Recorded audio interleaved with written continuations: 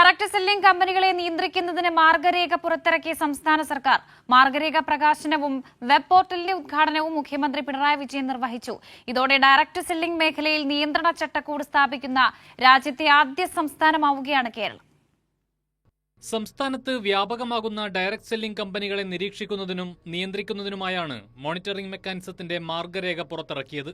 Thiruvananthapuram central സ്റ്റേഡിയത്തിൽ നടന്ന ചടങ്ങിൽ ഡയറക്ട് സെല്ലിംഗ് കമ്പനികളുടെ എൻറോൾമെന്റിനായി തയ്യാറാക്കിയ വെബ് പോർട്ടലിന്റെ ഉദ്ഘാടനവും മുഖ്യമന്ത്രി നിർവഹിച്ചു.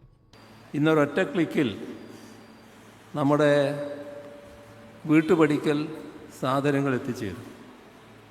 വാങ്ങിയ സാധനം വിറ്റതാരാണ്, അല്ലെങ്കിൽ അത് ഏത് ഏജൻസിയാണ് എന്നറിയാമെങ്കിലും അത് വന്നത് അവരുടെ പക്കൽ നിന്ന് തന്നെ ആകണമെന്നില്ല.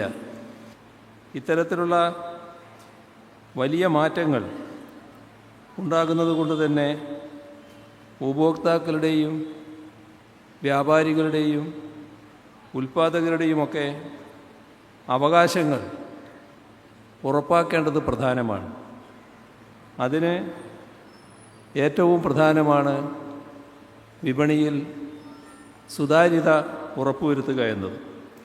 വിതരണക്കാരുടെ ശൃംഖല സൃഷ്ടിച്ച് ഉൽപ്പന്നങ്ങളും സേവനങ്ങളും നേരിട്ട് ഉപഭോക്താക്കളിൽ എത്തിക്കുന്ന രീതിയാണ് ഡയറക്ട് സെല്ലിംഗ്. ഉപഭോക്തൃ സംരക്ഷണം മുൻനിർത്തി ഡയറക്ട് സെല്ലിംഗ് രംഗത്തെ ചതിക്കുഴികൾ തടയുകയാണ് സർക്കാർ ലക്ഷ്യം.